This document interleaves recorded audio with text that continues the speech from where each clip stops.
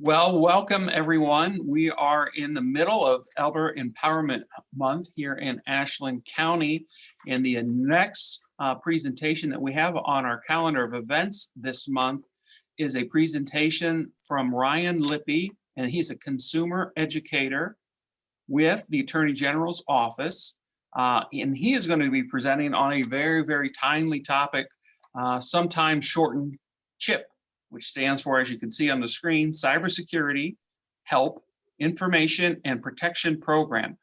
We live in a very digital age, and I know whenever I'm out and about and I see these free or guest Wi-Fi networks, I have to wonder to myself, am I safe in the Starbucks? Am I safe in the library? Am I safe even at the hospital appointment when I jump on the free network? So Mr. Lippe will be covering this and many other pertinent topics around cybersecurity. So we appreciate the partnership with the Ohio Attorney General's office, and I would just ask Mr. Lippe to take away. He has some slides that he's going to go through, and then we will definitely have time for questions. Just feel free to enter those in the chat. And Mr. Lippe has told us that he will have some time available at the end to answer any of those. So thank you again, Mr. Lippe, for presenting today. Great. Thank you so much, David, and thanks for opening your virtual channel up to our office to help educate everyone in the area about cybersecurity. Again, my name is Ryan Lippe, and I'm with the Ohio Attorney General's office, and I am a consumer educator in the consumer protection section. So that has expanded recently to include cybersecurity and lots of other issues. We have an identity theft unit now. We've got a robocall enforcement unit. We all hate those terrible nuisance robocalls that we get on our cell phones as well as our landline phones. So we have a lot of things to do just in the consumer protection section of the Attorney General's office. While I am going to talk about cybersecurity, I wanted to take just a minute to talk about our whole office, because we do have 33 sections and about 1,500 employees. And Dave Yost is the elected official. He is the 51st Attorney General of Ohio. And we are not attorneys for you as an individual. We can't take individual cases to court. When we go to court, it's on behalf of the entire public. So we look for things like patterns or practices, lots of complaints about misconduct against the business before we would actually go to court. But we do solve a lot of complaints informally, just through talking with a business and talking with the consumer who's perhaps a victim of an unfair business practice. But when we give advice, when we give legal advice, we do that to state agencies, county prosecutors, statewide public officials, not to individuals. So I'm not allowed to give any legal advice today. But I can tell you a little bit about some of our sections of the office. We have everything from the crime victim section that does compensation for victims of violent crime, to the charitable law section. They can talk to you about being a wise donor, and they take complaints about potential fraud that may be masquerading as a charity. You might get a call and someone doesn't seem legitimate and trying to get you to donate money to the police or to veterans or to cancer.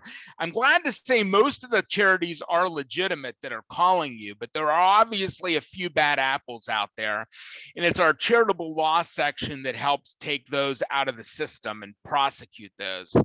We also have a really important healthcare fraud section, and they enforce the Ohio Patient Abuse and Neglect Act, which is really important to elder empowerment.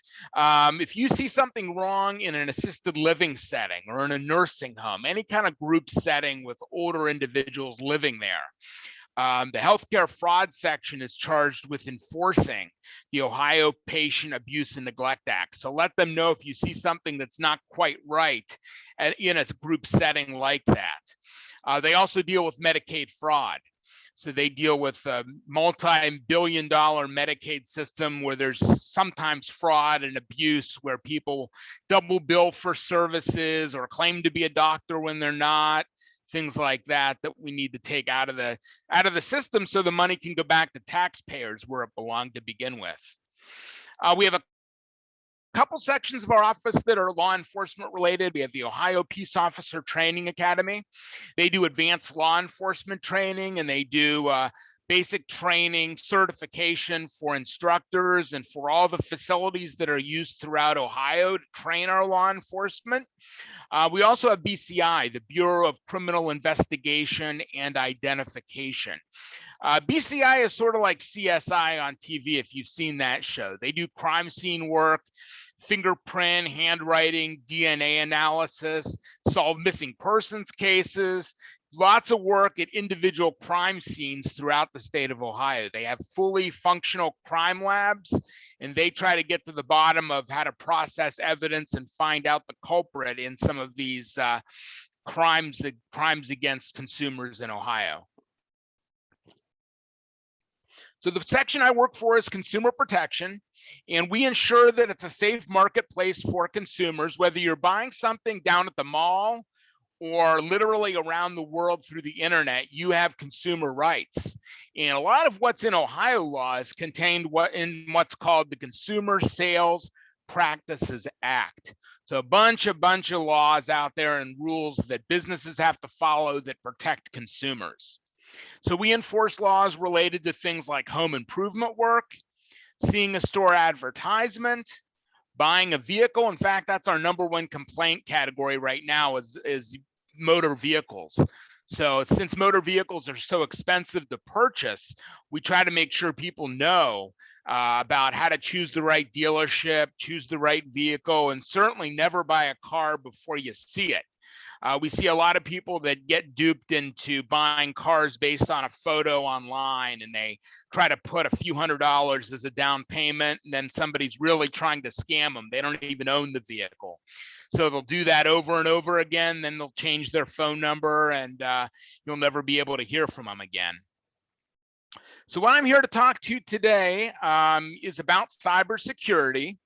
And cybersecurity, this is a pretty basic presentation, but I realize everybody has a little different level of knowledge on cybersecurity. Let's all agree that cybersecurity essentially means protecting computers and mobile devices. We all use our cell phones now, more or less, as well as tablets and laptops, things like that, along with potentially a desktop computer. So it means protecting computers and mobile devices from attacks and harm caused by malware. And malware is short for malicious software. So we all know about computer viruses. Well, they are programs designed to infect computers and spread to other users' devices. For example, a virus could prohibit you from loading your computer's operating system and basically make your computer non-functional. Spyware, on the other hand, and adware are other examples of malware. They can show you advertising that you don't want to see, that you never asked for. They can spy on you and try to find your keystrokes and whether you're putting in a social security number or a credit card number, and get that information to scammers that are monitoring you if you have a computer that's infected with spyware. We also have something called ransomware, and that's where a scammer will hold your computer hostage unless or until you pay them a ransom.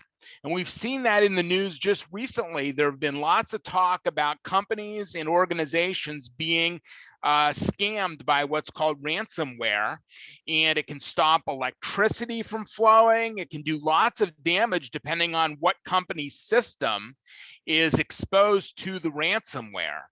So again, they can provide, it's a very effective scam because it can render a computer useless unless or until someone pays the ransom. So I know that's really scary. Fortunately, there are a lot of steps we all can take to help prevent malware from getting into our computers to begin with. So cybersecurity is important for a number of reasons. First of all, it comes at a cost to businesses as well as a cost to consumers. When a company like Target or Home Depot or any of these organizations that have been hit recently with some of these ransomware cybersecurity scams, when data leaks out of their system and exposes our social security numbers and other parts of our data like credit card numbers, that comes at a cost to the business, because they have to help protect their system. They have to patch it back up. They might even have to rebuild some of their cybersecurity infrastructure to make sure that that's not going to happen again.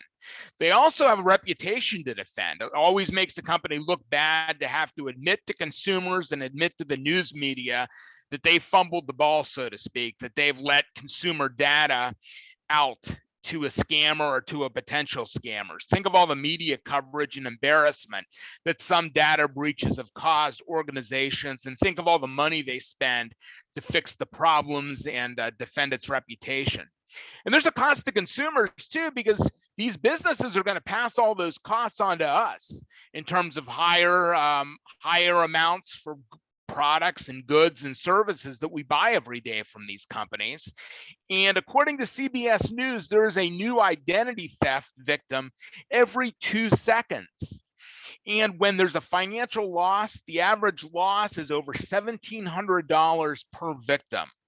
So lots and lots of reasons why we have to take cybersecurity seriously, and why it's important for folks like me to get out to give people presentations like this to let you know the warning signs of a computer hacking, or what you can do to make things better and to help defend yourself against data breaches and cybersecurity problems.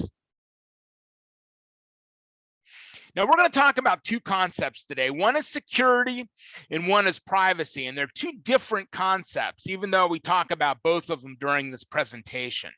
According to the Zero Knowledge Privacy Foundation, security refers to the ways we protect ourselves and our property. It's sort of like the lock on our front door. We wouldn't unlock the door for a stranger, but we might unlock the door for someone coming in to sell us a product, or we might unlock the door for friends and relatives that we know are coming to visit. So security is like the lock on your front door, while privacy is sort of like blinds on your window.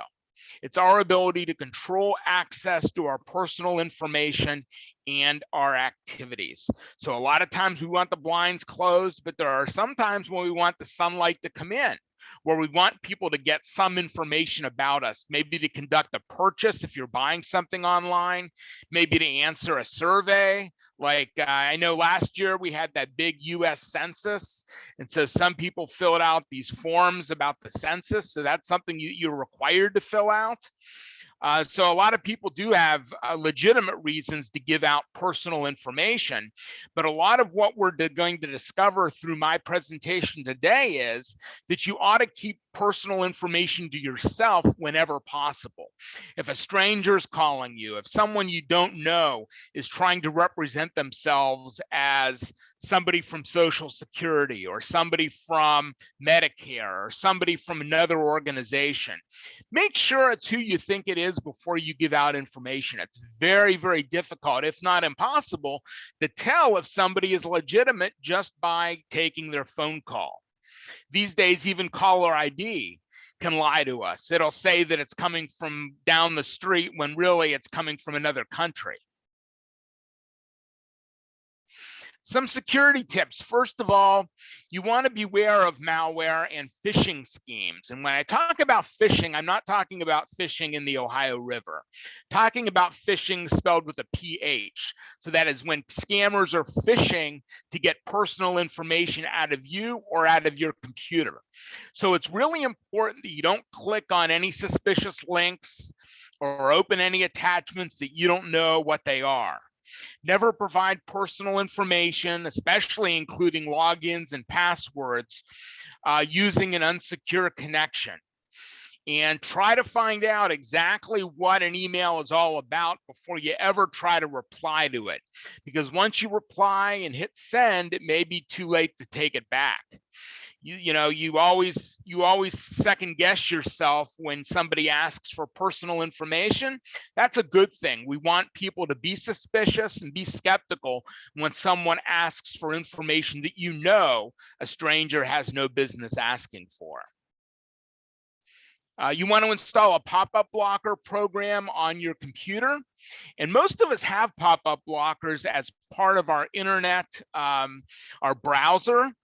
You just may need to activate it. So if you go into your browser settings, there's probably a pop-up blocker that is either already installed or that can be installed and activated to help control pop-ups, because that's another way that viruses can occur, is by clicking on pop-ups that surprise you, that claim that your computer has a virus, or claim that you need to click on an advertisement because it's really important. If you get a pop-up window, certainly you can read what's on the screen, but just click X to get out of it rather than clicking on something that you don't know what it is. Just click on the X in the corner to get out of it rather than clicking on the ad itself, because pop-ups can lead to viruses and problems with your computer.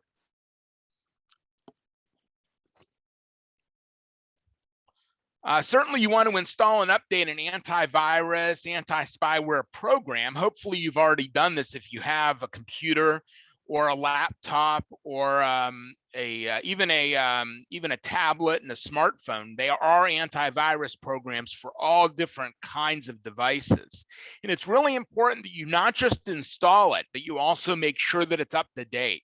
In fact, if your computer gives you the option of automatically updating that program, make sure to say yes, so it can sort of update when you're working or when you're sleeping, rather than having to constantly check on a regular basis for updates to your antivirus program. And much the same, it's important to have updated operating system and internet browser as well, because there can be security patches that you can only get on your computer by downloading updates to that kind of software. Beware when using free public Wi-Fi. And David mentioned this while he was introducing me. Very, very important to stay away from free public Wi-Fi if you're putting in any financial information or any personal information, like a login and password, or like your social security number or your credit card number. Never do that using free public Wi-Fi, even if you trust the library or the coffee shop or the train station near you. If you have an option of getting off free public Wi-Fi, that is the only time when you really should be putting in any confidential information or anything that you wouldn't want everyone else to see. In fact, I tell people to make sure they pretend like somebody's looking over their shoulder all the time when you're on free public Wi-Fi. Save all of your real serious computing where you put in passwords and make purchases. Save that for home or somewhere where you know you're behind a firewall and where your browsers and your connection's encrypted and you have the security that you need, instead of relying on free public Wi-Fi. You can do that to check the newspaper or do things anonymously, but once you start getting into logging in places and doing financial transactions, stay away from free public Wi-Fi. And also never allow remote access to strangers. And the reason why I say that is there are scams out there where they'll call you up out of the blue or get on your computer or put some ad on your computer claiming you have a virus and to call a toll-free number. Or they'll call you out of the blue and tell you that it's Microsoft or tell you that it's tech support. And they just want to fix a virus that they know your computer has. That is if it's a stranger, it's a scam. So never accept cold calls from someone claiming your computer has a virus, and certainly never allow them remote access. That means remote access is basically something that can allow a stranger to get on your computer and have access to your entire hard drive. And once they have remote access, they can put malicious software onto your computer. They can charge you money. They can do all kinds of things to load onto your computer spyware, ransomware, and other kinds of malicious software. So never allow remote access to strangers. And we are going to show a little video, a 30-second video on the computer repair scam. Hello? Hello, this is Bobby with tech support. Yeah, I'm just gonna need you to give me complete access to your computer so I can pretend to remove a virus while actually taking all your personal and financial information. Oh, and I'm gonna lock a computer, so you have to pay me to access it. Sound good? Unfortunately, it's never this obvious. That's why we're here, dedicated to protecting Ohio families against frauds and scams. Get the facts you need today at ohioprotects.org. Okay, so there you see our toll-free number in our website. I'll reiterate that later, but if you do have a scam to report, or if you have a dispute with a company, if you feel like you deserve a refund and they're not listening to you, you can always call the Ohio Attorney General's office. And on the screen, that 800-282-0515 is our help center. And ohioprotects.org is the special website for the consumer protection section. That's where you can file a complaint against a business, find out more about cybersecurity tips and how to protect yourself. Also, you want to make sure to use secure websites if you're putting in any confidential or financial information. Never do it on a website unless it shows that it's HTTPS in the address bar in your internet browser. Virtually every website starts out with HTTP. That simply is the protocol you use to create most web pages. But the S at the end stands for secure. So unless you see that S at the end, or unless your address bar turns green or has a padlock displayed, different browsers work differently to help display that you're on a secure website.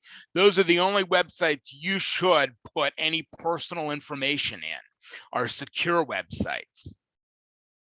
And also, never allow websites to remember your username and password. While it might be convenient for you, you don't know who's going to walk up behind you. If you lose your device, if you get your device stolen, or if you trade it in somewhere and don't completely erase the contents, someone could get into websites and impersonate you. So never allow them to remember your username and password. Put it in each time and make sure you put your password only in a safe location that only you know where it is.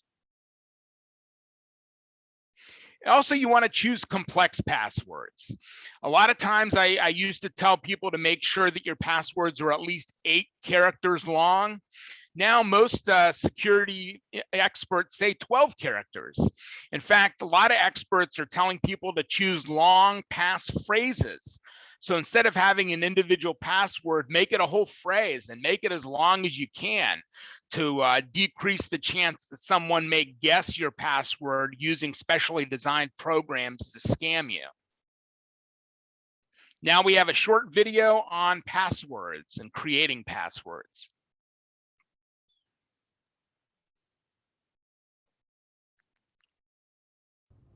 Strong passwords are crucial for protecting your online identity.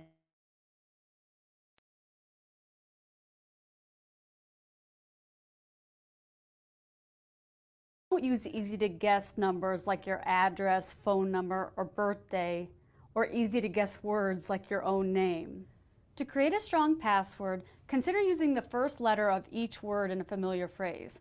For example, choose a phrase and a random number, such as "my dog's name is Brutus 739, and then use the password MDNIB 739. Make sure that you change your passwords often and use different passwords for each account. Remember to log off all accounts after using a public computer, and never opt to have password information saved on your own device. Also, consider using a passcode on your smartphone. To learn more about consumer protection, visit www.ohioattorneygeneral.gov. All right, thank you, Tracy. And also, you want to make sure to choose hard to guess reset questions and answers as well. So someone can't reset your password by knowing some information about you. For example, there's a website I go to where sometimes if I forget my password, or if they want to verify who I am, they ask for my father's middle name. Well, the problem with that question is someone may be able to guess it, or someone may know a little bit about me, or follow me on social media, or read things like if his name's ever been in an obituary or in the news. They might have his middle name in there, or at least his middle initial. So that's maybe not a good reset question and answer, because if someone guesses it, they may be able to reset the password so that only they have access to my account. We can see obvious problems with that. You also want to use what's called two-step verification. And that is where the website, the account that you have through the website, asks you for more than just a password. It basically asks you to recite a code that it might send to your text message, or call your cell phone with a certain password that you need to plug in there. So you need more than just your password. So even if someone guesses your password, they're not going to have your phone, hopefully, so they wouldn't be able to get that second step verified. So it's always important to use two-step verification, just like with pop-up blockers. Sometimes companies offer two-step verification. You just have to tell them you want it or to activate it. So I would recommend always activating two-step verification, even though it can mean a little more work on your end to put in a text message code every time you want to get onto your account. It can save you a lot of grief and a lot of heartache. So because if someone guesses your password and gets onto your account, they could steal personal information, money, they can impersonate you, buy products and services. It all depends on how much damage they've done and how many of your accounts they've gotten into. The other thing I wanted to mention, and this is important, is to make sure you use unique passwords for every account. So if someone is able to log into your email account, that they then can't use that exact same password and go into your credit card account, or go into your bank account, or go into your insurance account, something like that. So make sure every password is long, complex, and unique, so that you're not using a password over and over again for all kinds of different accounts. And certainly you want to log off all the time. If you log in somewhere, you always want to manually log off, because that is a good way to protect yourself from someone else coming in to that same desktop or that same screen and pretending to be you. And if you haven't logged off yet, they may be able to easily incorporate or easily able to impersonate you, instead of being required to put in more information to identify themselves. So whenever you log in somewhere, make sure to log off. Also, you want to make sure to increase the security and privacy settings on your internet browser and on all your apps and devices. So I would set the security and privacy to at least a medium level, never lower than that. But you can even try something a little more stringent, a little higher security, and see how it works with the flow of how you do your computing and what you do online. Sometimes if you set the security and privacy settings too high, it may interfere with your browsing activities. Some browsing that you do may require a pop-up window. Some browsing you do may require cookies, which are little bits of data that they store on your computer. So within security and privacy settings, find the highest setting you are able to tolerate while still doing what you want to do online, but never lower than the medium setting. Also, you want to understand and manage cookies. I talked about that a few seconds ago. Cookies are little bits of data that websites store on our computers, on our hard drives or other devices to help remember things about us. It may monitor our shopping habits, but in many cases, it simply keeps a basket, a shopping cart that we've put together in order.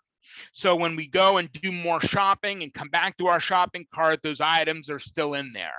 Or it may remember us from our last visit to the web and give us advertising or give us preferences that it know we would want. So let's watch a little video on the concept of cookies and what cookies are all about.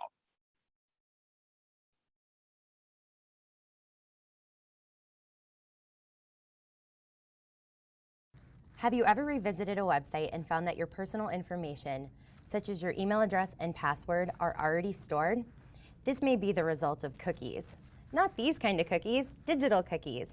Digital cookies are small data files used by websites to track your online habits, such as your search engine history and the websites you visited. But with all this stored information comes risk. Some consumers like cookies because they allow you to bypass retyping a password or reloading a shopping cart each time you exit a web page. However, others see cookies as intrusive since most cookies track your browsing habits across various websites. You should familiarize yourself with your cookie settings. You can easily disable cookies by reviewing the settings on your web browser.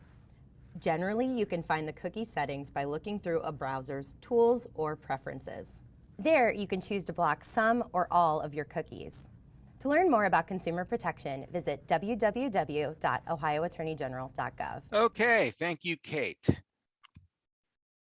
Now, let me just do a little refresher here because we're about midway through, a little more than midway through our presentation. I just wanted to remind you that privacy, again, according to the Zero Knowledge Privacy Foundation, is our ability to control access to our personal information and activities. It's like the blinds on our window. So that is privacy. Just remember what we share or what we may accidentally share. We may tell someone our full name. We may tell them where we graduated from high school or college. We may tell them where we used to work. We may tell them your employment status, whether you're retired or still in the job marketplace. You may tell them your pet's name, where you last went on vacation, your favorite places to shop, your favorite places in the world to visit. You may share photos, your friends' names, all those things. So it's really important that we don't share with people who don't need to know the information.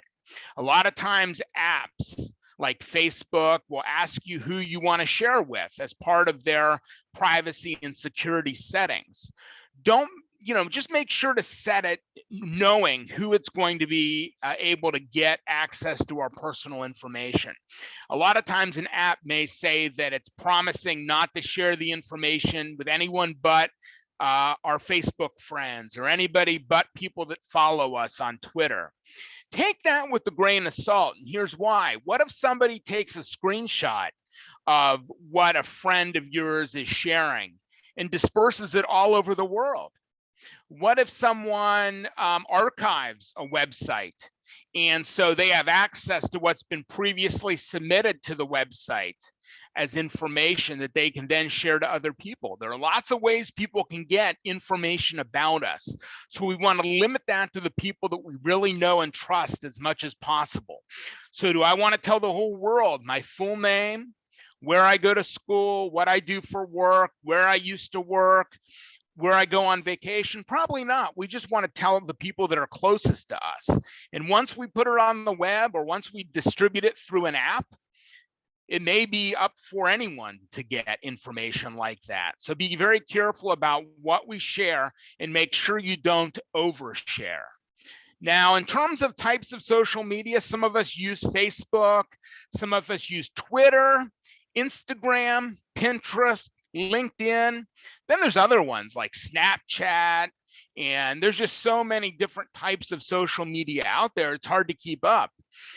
Make sure you know what social media apps you have on your devices, and make sure you review the different privacy and security settings of those apps, as well as think twice before you allow permissions by these apps to be granted access to your contacts, your phone list, your photos, things like that. Now, I know sometimes the apps need access to certain information, but if it seems too heavy-handed or if it seems like you're giving over a lot of information or access to the app, think twice. Do you really want the app? Are you maybe giving them too much access and maybe you should cut it off by deleting the app, or at least trying to control the permissions that you've given that app to view your contacts, your phone numbers, your websites you visit, things like that. Think before you overshare. I have some research from the Pew Research Center that shows a lot of us overshare. Even folks that are older that maybe never have used computers before 10 or 20 years ago are now online. You're now on various apps. You now have an email address and you now are sharing more than you ever have before. So we caution everyone of every age, and I know it's Elder Empowerment Month, so you want to make sure if you're older to share this information with friends and family as well. Think before you overshare. And do you limit the personal information you share online? And a lot of people admit that they share too much information online. Now, use of social media has increased dramatically over the last several years. As of February 2019, 69% of those 50 to 64 years old use social media. And a full 40% of 65-year and older individuals use social media. And those numbers seem to grow every year. So if you are in those age categories, you want to make sure to only download the social media that you use. Make sure you're careful about what permissions you're granting that app to make sure that you're okay with that. And to limit the amount of information you share online, either through the app or through chat rooms, bulletin boards, dating websites, any kind of outlet that you have where your information could possibly be falling into the wrong hands. So before you share, we really want you to ask yourself, who are you sharing the information with? Again, just because they tell you you're only sharing the information with your friends on that app, couldn't the information go further if someone printed it off or distributed it electronically or in person? Ask yourself what information is used, saved, and shared. When is the information shared? You know, I know Snapchat says that all your information will be deleted after a certain period of time. Do you really think that's true if someone is taking a screenshot and saving it to their desktop, potentially keeping that information theirs forever? Where are you sharing the information? And why is the information really needed? And I would definitely be skeptical before you share personal information online. And when in doubt, don't share it. With mobile devices and tablets, one of the dangers of these devices is we can lose them. We bring them around with us. It's not like the old days where you just have desktop computers that are so heavy you can barely drag them in to get them fixed. Today, computers fit literally in our pockets. I mean, we have smartphones, we have tablets that are much more powerful than the strongest computers from when I was 20 or 30. So with mobile devices and tablets, there are a couple of precautions I definitely wanted to warn you about. First of all, since they are portable, don't have them set to automatically connect to public Wi-Fi. If you haven't remembered your public Wi-Fi settings and automatically connect, you may be doing more on that Wi-Fi than you mean to. Let's say that you walk into a coffee shop and it automatically connects to Wi-Fi, and then you decide to get on your email and your credit card account, and then all of a sudden you remembered, oh yeah, I'm on their Wi-Fi, aren't I? At that point, somebody across the coffee shop or literally in the parking lot may have gleaned all that information from the network. So when I talk about being careful in what you do on free public Wi-Fi, one good step is to always have the Wi-Fi turned off unless you know you need it for a good reason. And a lot of people also ask me whether it's safer to use a cell phone connection than free public Wi-Fi. Usually it is. It's also safer to use a VPN. Do you guys know about VPN, a virtual private network? VPN, some of them cost money, but a reliable VPN can be a good safeguard as well to put a layer between you and scammers. So with a VPN, it's almost like an umbrella that helps keep us safe. There's no guarantee, but a VPN, a virtual private network, is something to explore if you are online a lot. and you want to make sure that you're safe and secure on networks, especially outside of your home. Also, I want you to put your location services, turn geolocation and location services off for everything other than the Find Your Phone apps. Because certainly you'll need that if you lose your phone. But with geolocation and the way things may be set up on your device, sometimes when I post a photo, it's posting the time, the date, and the place of that photo in real time. So that brings up the danger of someone being able to automatically know where I am, or being able to tell that I'm on spring break and that my home might be empty, or that I'm with a bunch of people. Let's say you post a picture of everybody in your household and you all claim to be on spring break in Florida.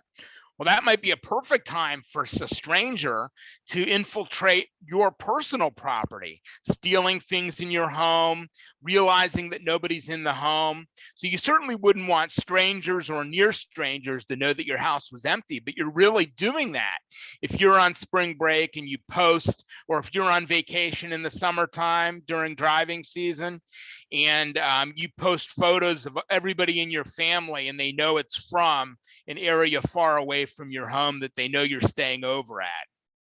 So just be careful and turn your location off and turn your automatic connection to public Wi-Fi off unless you need it. So a good reason to have it on is if you need GPS.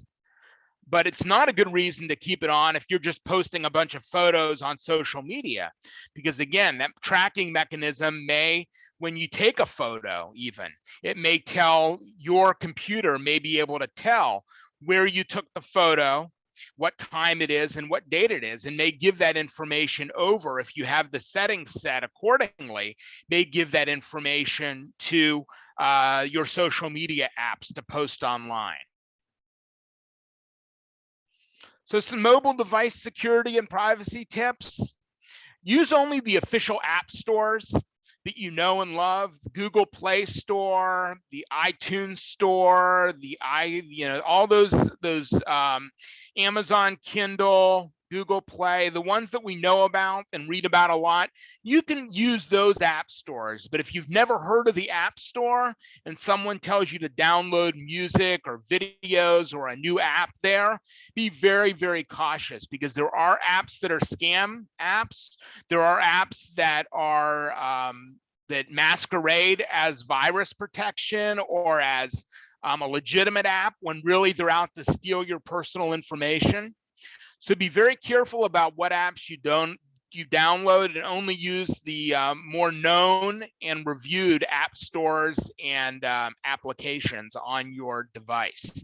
Read online reviews. Find out if there's any suspicious things about an app. If I go to download Facebook on a new device and it tells me that only 2,500 other people have downloaded it, I'll know that that might not be the real Facebook app, because I know millions and millions of people have downloaded the Facebook app. Delete apps you no longer use. That's a good way to clean up your device, as well as making sure that people that you no longer need your personal information don't have it any longer, because all those permissions you gave the app gets revoked usually after you delete the app on your phone or on your computing device. So delete apps you no longer use. And before disposing of a device, or trading it in, or throwing it away, or recycling it, or giving it to a friend forever, before doing any of those things, before selling your device, delete all the content. I made a mistake a few months ago where I was getting rid of a digital camera. So I tried to take it to the right place to take it in. But one thing I forgot to do was delete the contents of the memory card that was in that phone, in that camera, the digital camera. So somebody, if they didn't delete it, has all of my photos that were on that camera's flash drive or secure digital card So that was a mistake I made. So before you get rid of a phone or a camera, make sure that the hard drive is cleaned up of all its contents and that it cannot be restored. Because if someone like you can restore the data, so could a scammer, or so could someone that wants to find out your personal information. So if you are getting rid of a flash drive or an SD card or any kind of memory stick or any kind of device, make sure you delete the hard drive and delete all the contents of any cards or jump drives. The contents should not be able to be restored so that nobody can get access to your personal information. Okay, this is our website that I showed you earlier, ohioprotects.org. That is where you can file a complaint against the business if you think that you are due a refund of some sort. You can learn more about consumer protection issues. You can report a scam. You can learn more about scams and educate yourself. You can even do some things like sign up for our Consumer Advocate newsletter. We just had a newsletter come out yesterday for the month of June. So we have newsletters that come out every other month. So you can sign up to get those in your email box every other month. And we can even rectify the effects of identity theft. If you've been a victim of identity theft, you may be able to get our office to go one-on-one with you and actually work with you to restore your identity, to restore your good name. Sometimes it takes people lots of time, money, and effort to restore their identity. We actually offer that as a free service to Ohio residents. You can contact our entire office at our bigger email address, the email or our bigger website. The website for the entire office, all 33 sections of our office, is www.ohioattorneygeneral.gov. That's www.ohioattorneygeneral.gov. And our phone number is 800-282-0515. And again, you can do that to file a complaint that you can't resolve yourself with a business, report a scam, find out more information about your security online, all those types of things. And I want to leave this screen up for a minute. These are some consumer resources that you may want to check out after the presentation's over. There's some really good partnerships with nonprofits and other government organizations that have been developed, including our office in some cases. I recommend the website staysafeonline.org, especially if you want to find out tips to stay safe, or even have a bunch of different options in terms of who can scan your computer hard drive to find out if you have a virus. Those are available on staysafeonline.org. And another website I want to leave you with before I turn it over for questions is ic3.gov, the Internet Crime Complaint Center. If you've been scammed, or if you know about a scam or some crime that's been perpetrated online through the internet, please give that information over to IC and the number 3.gov, because IC3.gov involves the FBI and some other organizations, and they actually research and investigate internet-based crime. So thank you so much, David, for the time this afternoon. I will open it up to any and all questions, and I thank you so much for your patience. Well, thank you, Ryan. That was wonderful information, and a few comments I'll make. Things that really stood out to me, the newsletter, absolutely. I just received mine the other day. It is chock full of good information. So let me encourage folks to sign up for that newsletter. I do think it is very useful, and the information is always timely, and it's being updated with the current things that we need to be looking out for. I really appreciated that distinction that was made between security versus privacy. I thought that was helpful, and that looking over your shoulder when you're using public Wi-Fi, I think that will help me in trying to make sure I don't get too lackadaisical with using public Wi-Fi. But I think your advice was, just really consider not even using public Wi-Fi. That's really just probably a safer way to go. That social media breakdown by age, that was very interesting to me, Ryan. I did not realize that some of our seniors were utilizing social media at such a high rate. So that 40% for 65 and over. So that was good to know. I mean, we had a sense of that, particularly during the pandemic. We were actually actively encouraging our seniors here to utilize social media and the internet more just as a way to keep them connected. We were very concerned about our seniors being isolated during the pandemic, and that their emotional health and physical health would deteriorate because of that lack of connection. But I think at the same time, we need to make sure we need to give them the information, tools, and skills so they can be safe as they're using these technologies. Yeah. One thing, though, I wanted to get kind of more of a question was around the cookies. So I admit the cookies have been driving me crazy lately, and I'll tell you why. And maybe I don't know if I know the answer, but I'm hoping you can point me in the right direction. So some of the websites, particularly news-oriented websites I'll go to. So I'll go to one of these news aggregator sites and I click on one of the links to get the information. And, something along the lines of this site uses cookies, and you basically have to hit accept or decline usually. But if you don't hit accept or decline, you basically can't read the article. Right. And, I get really torn on them because it seems like a legitimate news article, and I do want to learn about it. Sometimes it's about the budget, sometimes it's about political matters, sometimes it's about mental health issues, et cetera. But I mean, if you don't accept, you really don't have access. Can you give me a little direction, and other folks that might be experiencing that when they go to these websites, what's maybe the most prudent thing to do when forced with that accept, or just, don't read the article, I guess? Well, I mean, that's sort of the give and take. I mean, sometimes you have to log in because they only want subscribers to see it, but in other ways, they're paying for things through advertising or through putting cookies on your computer, and allowing even third parties sometimes can put cookies on our computer. So one thing to look out for is whether they are allowing third parties, not just the website you're visiting, but third parties to put cookies on your computer. And you usually can go on your internet browser and look at the privacy and security settings and find the selection for cookies that you find is most appealing to you, in terms of whether you wanted to accept even third-party cookies or limit to just the actual website you're on and what advertising they do.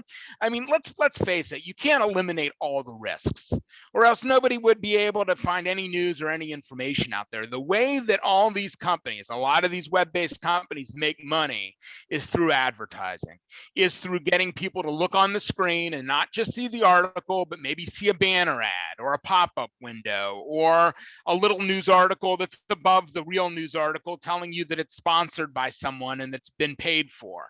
So they all have these ways to make money, which is good. They're allowed to do that. It makes it more affordable for us as consumers, but realize there's always a price to pay. And sometimes the price is a little bit of privacy and a little bit of security. So it's important that everybody do some independent thinking, but also look to experts out there. And there's a lot of consumer advocates, a lot of internet and technology consumer advocates that may have their own opinions on cookies and the good and bad about cookies. I tend on news sites to accept cookies because I want to read the articles and I trust the website you're on. But let me just say this, just to scare you a little bit.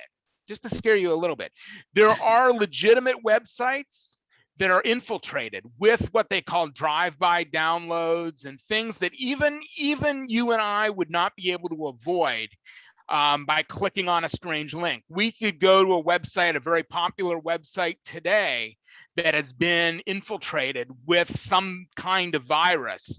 We won't know about it. We won't read about it in the news, and you might not know about it till you see a virus on your computer that's caught by an antivirus scan that we do, or that our computer automatically does. That's why it's so important to have that antivirus, update your antivirus, check for viruses on a regular basis to make sure you catch all those. And if you feel comfortable and know how to do it, go in and delete your cookies on occasion, or delete passwords that you may have had a computer remember in the past, and now you're thinking twice about it. You can go in and clear your cache, you can clear your cookies, you can do a lot of things through your internet browser and through your computer. And if you don't know how to do it, think of potential resources. Think of people in IT that you may know and trust in your community. Think about your internet service provider. Maybe even think about the manufacturer of your computer equipment as potential sources for tech support and for finding out more information to answer your questions. Yeah. Well, thank you very much. Yeah, that's all good, and that is helpful to me. Lindsay, I don't know if there are any other questions. I did not see any, but I just want to double check. Nope. Okay. That's it. Hearing none, let me just once again, thank, this is again, Ryan Lippe. He's a consumer educator with the Ohio Attorney General's office, and he presented today on cybersecurity help information and protection program. We will be making a recording of this available on the Mental Health and Recovery Board of Ashland County's YouTube page. We really appreciate the Attorney General's office.